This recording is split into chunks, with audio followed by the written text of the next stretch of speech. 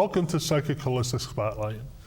I'm your host tonight, Bill Hannon, and I have two co-hosts with me. I got Sherry Kachanis and Josie Way. And tonight we're going to be interviewing Sean Aceto. And we're going to be talking about what we talk about quite frequently. That's vibration, resonance, and how we can facilitate health and healing using different modalities, including crystal bowls. So, good evening, Sean. Good evening. Good to see you. Nice to see you too. I've had a little bit of experience with crystal bowls, singing bowls in various venues, in school, down at All That Matters, different people, and it's until you actually experience the resonance vibrating through your being, it's kind of hard to describe something like that. I mean, some people may pick up or identify with maybe like a low tone, like a train whistle or something, or a vibration that they've experienced through their life that they actually felt something happening in their body.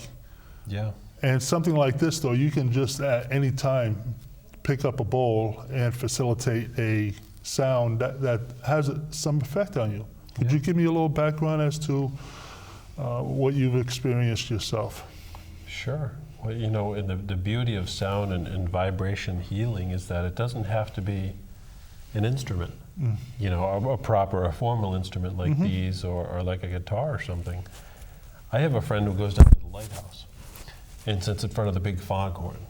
And she feels like that just realigns everything in her because that's such a deep, low vibration. It just polarizes everything and brings it all kind of in line into the same frequency. Yeah, I can see that. Yeah, and they say that with the crystal bowls, the gongs, what it's going to do is align you energetically, align your whole chakra system and all your cells.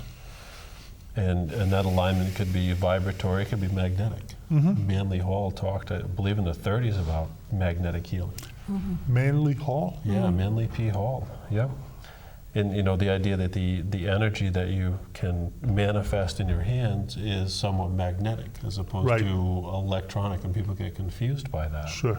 Because you can't necessarily define it, you can feel it, That's right. You can project it, and you can put it in someone else's hand, in someone else's body, without any instrument at all. Right. So much like the vocal cords, they say, is the most dynamic instrument, far greater capacity than anything else. I believe that you can do that with your hands, with your intention, with your chi. We called it in martial arts because you could take it and you can project it and you can pass it around the room and you can put it in people's hands and bring into line whatever happens to be out or misaligned in somebody, just with your intention. I do this a lot with the group healing, with the group seminars that I do, where I ask everyone to put their hands out. And I don't tell them what I'm going to do, but I tell them to just be aware of their experience and see what they notice and they feel. And one of my favorite tricks is to put a little swirl out there. And it's amazing how many people feel it once they know it's okay. Like, I really did feel that. I'm not crazy to do that. Right. The little kids are especially great with this because they're really sensitive and they're not afraid to say, I feel like something's in my hand. Yeah. I had a boy in the other day and he was being a little fresh. I said, okay, put your hands like this. He goes, okay. I said, pay attention to what you feel. He goes, okay. And I made it go back and forth in his hand. And he said, I feel like something's bouncing between my hands. I said, good. Now, when you can tell me how I did that, you can be a smart aleck again. And he was like, wow. So now this kid is going to go forward and realize that there's more to life, more to energy, more to healing than, maybe what he's being told. He's going to let that percolate in his head. He's going to let it come forth. That. Exactly. It's an experience he can put a finger on. Yeah, very interesting. That's great. And that's something that we played with in martial arts for years, was the energy ball that you make. Right. And that was one of the only ways I could settle my mind, would be to play with that, to just let that expand. And play with that and feel it and then see what I could do with it. I worked in a couple of nightclubs as a bouncer, and it was always fun to there and in any crowded place to walk through the room and just put my hands up and watch how many people would just move out of the way. And they didn't know why. And sometimes they turn around and they look and say, I don't know what that is, but I needed to move. So there was really something tangible about it if we're willing to step into that and let go that, you know, this is just solid, that's all it is. It's just skin and bone, and there's not an energetic system running not only with our bodies, but everywhere. And then be able to take and facilitate that into a healing. Now the big word is Reiki. But really all that is it's channeling that that energy, that vibration, that magnetic frequency into someone else's body. Right. Basically, yeah, in the body, in the field, whatever, and just letting it go where it's supposed to go to help facilitate a healthy balance and harmony. Right. Exactly. Very Within. interesting. And what I have the ability to do is to feel. I don't see, you know, I get like journey envy sometimes that people can see. They have this beautiful vision and their clairvoyance. My fiance can just see it. Well, that's like a movie. I don't. I just understand it. Yeah, about 60-70% of the population has that. But the thing is that the other people who may not have that may have, you know, clairaudience, or maybe like you're saying, you can actually feel rather than see. You know, it's pick up with the heart, which is a hell of an instrument to receive information. Huge. You can feel it when you go into a room, but I get the ability to not only feel what's off, but the psychic, the clairvoyance, to know what it is, how it happened, why, when it happened, what age they were. And it's like that's great. Like you're trying to put a curtain rod, a shower rod on. You know, you got to get everything to line up. You can't just do one or two. And when you're sitting with someone and you get to play with that, and you get to say, all right, we're going to line up 7 rings in a row, 7 things that's going to hit them. All of a sudden, these magnificent things happen. Everything opens up, and there's a clear channel to release and let go of whatever it is that comes up. And be willing. For me, the hardest part, and I think that speaks for everybody, the hardest part is to trust. Is to trust that information you're getting in that person and not doubt it, not negotiate with it. Right. Not say, oh, you know, it couldn't be this, you know, that's too far-fetched, too crazy. The most validating things I've had are the craziest things you could ever imagine. And you get in the habit of, you know, this may sound crazy to you, but, and then you convey that, and okay, I can't doubt anymore. Can't do it. Doubt's a deceiver anyway. Yeah, doubt serves no purpose whatsoever. Doubt and fear, they don't. And that's what we have. I think that's what we face doing this kind of work, is the fear. Because there's that whole, I don't care what you say, how long ago it was, but the whole witch trial stigma looms over all of us. You know, what am I if I'm cast out because of what I do? It's too weird, I'm not going to be accepted. You know, I'm going to get thrown out of the church, I'm going to get thrown out of my family. And when you can sit that aside, That's right. you can do amazing, amazing things. I mean, once you feel comfortable enough with yourself and you can sit there and not shiver yet, you know, then it just doesn't matter. Now you can trust yourself and move forward. So I talk about that in my presentations. I call it the paradox of Comicus. You know what Comicus is from History of the World? No. All right. It's Mel Brooks, and he goes up to the unemployment office, and she says, occupation, and he says, stand-up philosopher. And she says, oh, you're an artist. And he's like, but for me, I have to be willing to be wrong. I have to be willing to have people say you're full of it.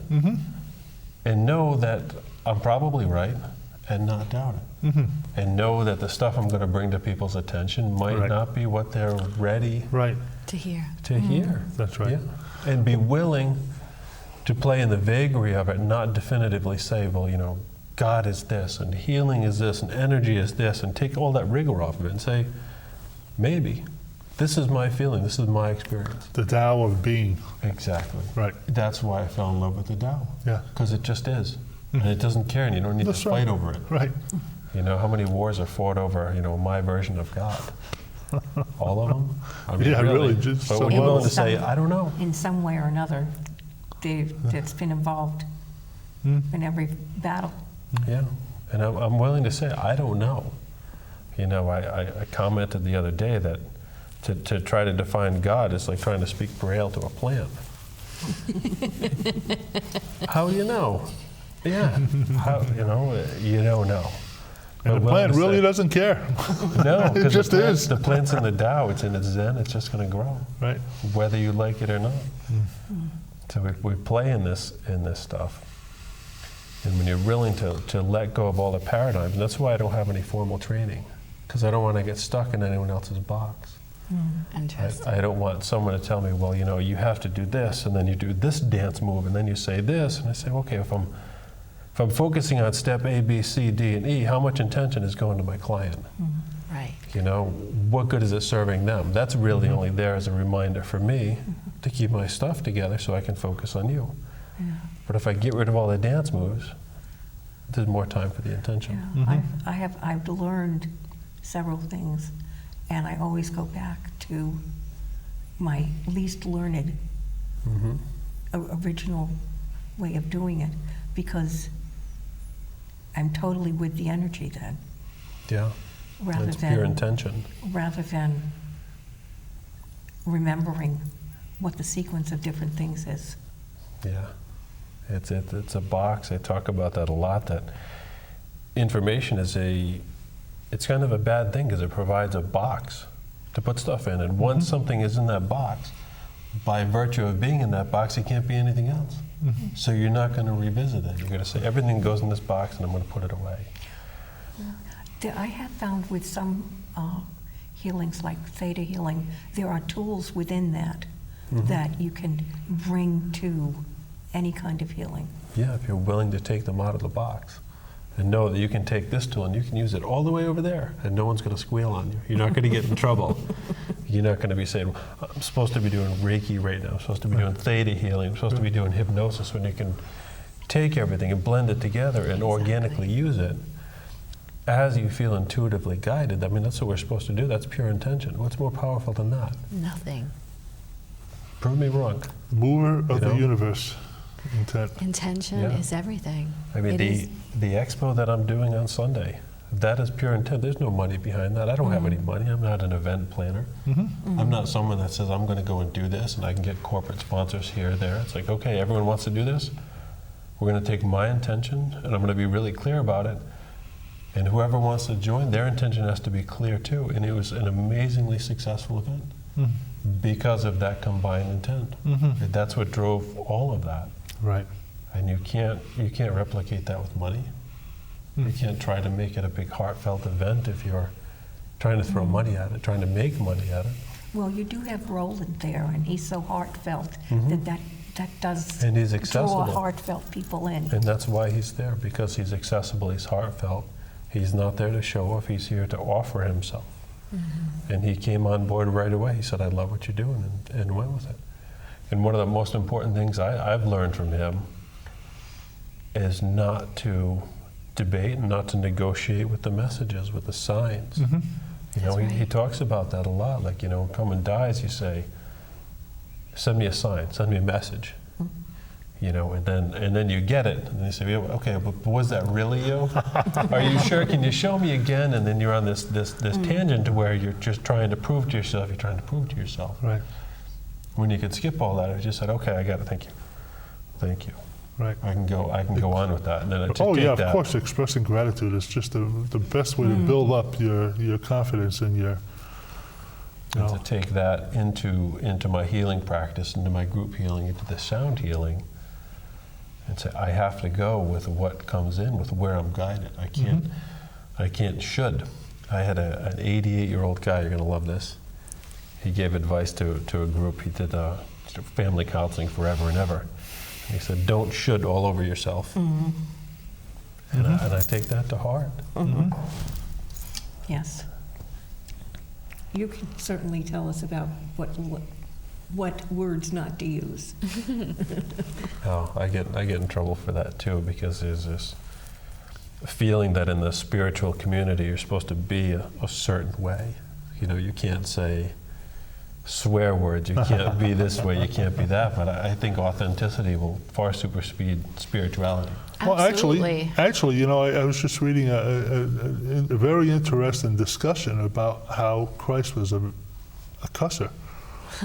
That's authentic. I mean, he was a carpenter, he was a fisherman, and he was around people all the time that cussed. Yeah, he didn't curse or anything like that. He didn't call God to strike anybody.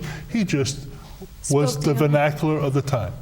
You know, it's just interesting because that's a little bit of the authenticity that you're talking about. You have to speak the language that the people can hear. You do, and you can't be afraid of how you're perceived in that. Exactly. Because you know, if you're taking the time to do that, you're disingenuous. You know, I'm the same way with my clients that I am with my kids, that I am with the groups, and we have a lot of fun, and there's inappropriate laughter, and we giggle and have all kinds of fun. But that's real. That's me. Right. I don't need to dress up when I go to work. I don't need to put on pajamas or my spiritual clothes or smell a certain way. I just show up in it. You And I just think the are. world is tired of that. It doesn't Facade. work It's just a anymore. facade. Yeah. It really, you know, it's one of the, someone I knew would call it the flag waving. You know, it's like, oh, I'm spiritual. You know, look up here, but don't look at me because I'm disingenuous. You know, it serves as a distraction, but when you can be your authentic self and it's consistent with all venues of your life, I think that's really powerful. And a lot of people are afraid to do that. Keeps you in the flow when you are that way. But, you know, there are circles that I get in trouble with. They say, well, you know, you're this or you're that. And so I have a big calling. I have a big message to give, and I can't tailor it to fit everyone else's Well, expectations. that's, again, you're short-circuiting yourself if you're going to That's try to right. do that. You just have to Yeah. be the message, you know, through the way you handle yourself, through the way you present yourself. I often ask people, if Christ showed up today, would you recognize him? And would you not, because you have an expectation of what that's supposed to look like? Right. Is he going to come back to meet your expectation? Or is it going to be totally different? One of my favorite things growing up, I mean, you're 75% Irish, but you grow up and you see this picture of Jesus that was really popular in the 60s. And he's got blonde, flowing locks Yeah. and these bright, beautiful blue eyes. Yeah. If you've ever seen anyone from Jerusalem, Yeah. from that part of the world, you're not likely to see that guy. Right. You know, so you get caught up in that it's, you know, my expectation. Right. And I'm sure that if Jesus were to walk through that door right now, first of all, it wouldn't be in his name. Oh, There was no man named Jesus. That was given to him afterwards. Yeah, right. He'd be one of us. He'd be hanging out. Hey, how you doing?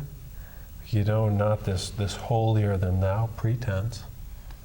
That doesn't work. Who buys that anymore? I don't think they were buying it back then. There was a few. You know, there was a few buying it, but you know they were Well, there. again, those were probably the people that were involved in the presence, you know, the being pious, going down in front of the temple and offering, you know, alms and things like this, and you know. But the thing is that, you know, the people that were back there who were trying to get their head clear and find out what they're here for, to how to work with others and help others, were the people that were actually going down to the river and going for a 40-day walk in the mountains and, you know, just basically trying to clear the heads and try to get into the understanding of who they are and how they could be of service. Yeah, and it's that simple. Right. You research the Essenes, and that's The Essenes, yeah, absolutely. that's what they did. They were Right. wisdom keepers. They were nurturers. They're people that lived and communed together, and it Right. wasn't agenda-driven Right. as it became in future years. But the essence of it was to give of thyself. Right. The right. greatest gift was to love thy neighbor and give of thyself. Right. And that's sincere. We- It's part of everyone's purpose to give whatever they're able to give. Yeah. It may be something small like the drummer boy, Right. you know, that's all he had at that That's age right. That's to right. give. Right. I had Well, someone tell me that there's no amount is insignificant. I donate for the expo. I donate the door money to 2 different organizations, and we had an entry mishap last year where tons of people came in without paying because they went through the hotel. And I felt awful presenting this to these 2 groups, and one of the gentlemen from Peace Love Studios said, "No amount is too small. No amount is insignificant." Right. And it was your intent, though, to Exactly. exactly. Right. And you To take be of that all the service. way into the healing and the practice Right. of being there for others. In my practice, I don't have a set fee. Mhm. Because as you know, you talk about Jesus and what he did. I have to be there for everybody. Mhm. I can't be there for the people that only have $150 or $300. Right. That would be nice, or maybe make parts of my life a A little, little easier, right, right. Car But I payments. have and- to be there and say, I'm willing to take whatever you feel it's worth, whatever you Right. can offer, Right, and, right. and work on a volume and know that Right. people are free to get what they need. It's not economically Right, sensitive. right. So what I like to do now is, I mean, this is a great discussion that we've had, and everybody's gotten in on the discussion and talking about how to be of service. And what I like to do is go back towards the beginning of the show a little bit, and we were talking about resonance and vibration and stuff like this. And one of the things that we have a variety of bowls here, and the frequency of what composes these bowls, as well as what they are associated with. The frequency of one bowl may be geared towards the immune system, while the frequency of another bowl may be geared towards the mind. Right. So could you give me a little background just to Sure. give people a kind of a basic fundamental what they're looking for if they were to pursue something like this on their own? Okay, so the idea, and it's a theory, it's not a law, it's not something we need to adhere to, is that the energy centers of our body, the chakras, have a certain resonant frequency that they need to be at for optimal performance. And our bodies may be at 1500 hertz, and a bowl is at 200, but it's an octave of that number. Now, the heart is going to run around 178 to 180, somewhere around there is going to be an F, and that's going to be for the heart, the vibration that energy center Right. needs to be at. Right. So something like this, and some people are really sensitive, I'm not. Some people, I can play any bowl here and they say, that's the thymus. That's my third eye, that's my throat, and they just know I don't have that gift. But a lot of people, if I were to play this one, they're going to feel that within their heart. Or they're going to feel that vibration that's going to help stabilize where that needs to be. If the center is running too fast or too slow, it's going to help bring that in line with That's that. right, that's right. And it's not exact, and it doesn't have to be, remember, because it's all Right. intention. Right. It's all consciousness driven. Well, I find that very interesting, and the words you just used is it brings into resonance, it balances. And one of the things I've learned about, such as what you're touching now, is the platinum infused bowl, is how that resonates with the thymus and the immune system. And as we get older, our thymus, because we don't stimulate it, shrinks and becomes smaller in size unless you were to do the vibrational.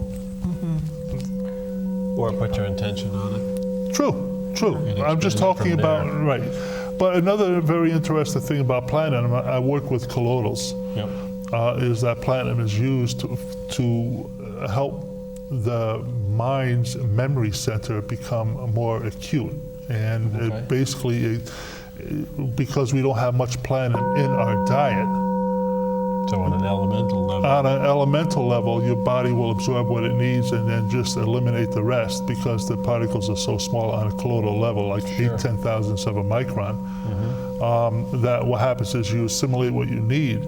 And I find that this is just great if somebody wanted to work on an elemental level, on a physical level, and then supplement it with something like this through the resonance and through your mental intention, you could probably really facilitate. You could, in the way that would be used is that combining your intention, like if you didn't know that there's platinum in this, versus when you do and you say, okay, now platinum, it resonates like this and these are the properties of it. I'm going to be aware of that as I play that and ask to bring that into my body. You've now accelerated that whole process because you've focused your intention on doing that. And we know from quantum physics, quantum science, that that's all you need. That's all you need. You need your intention, and you need to be clear. And we know that our consciousness has an effect Right. on that.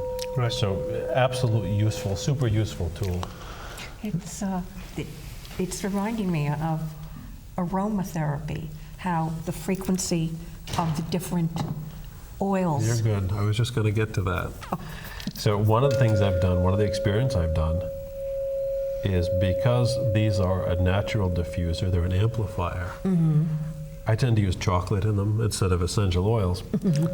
But it's going to, and it works. I did that for my daughter's 4th grade elementary class, and they all wanted chocolate after.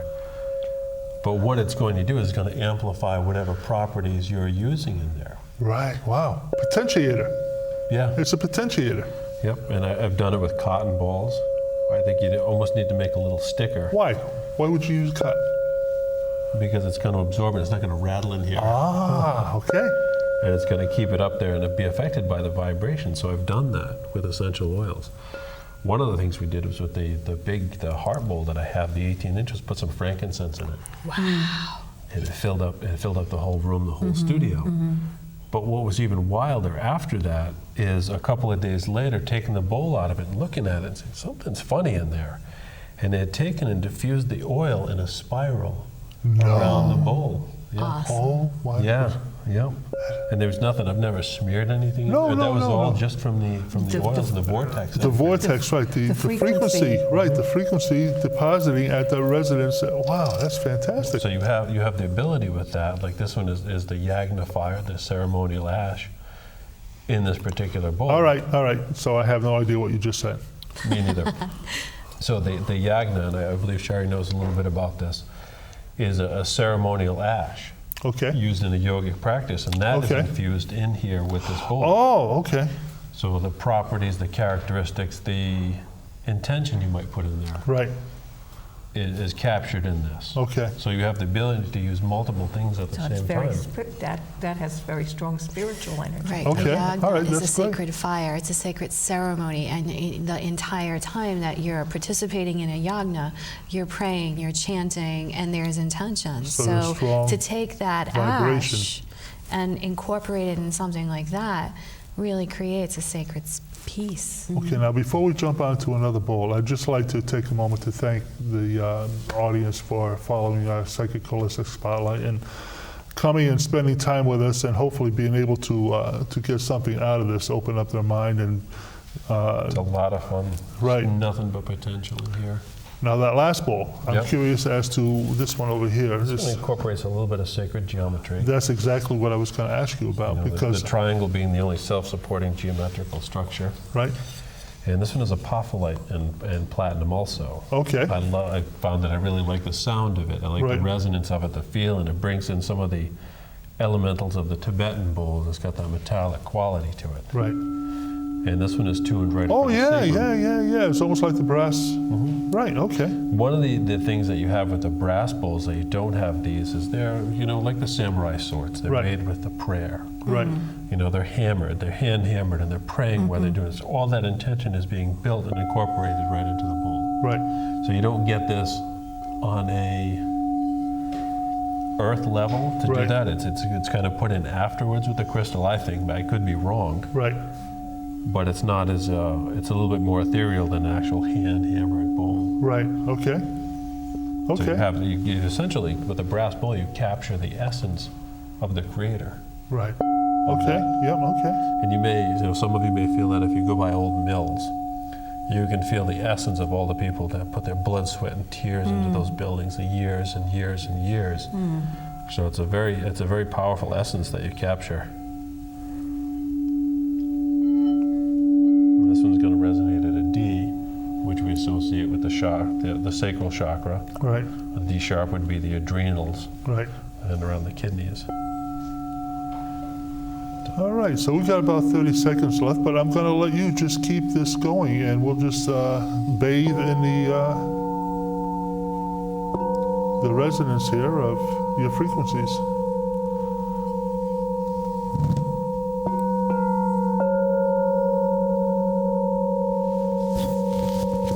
My favorite is that sound when they're all playing together.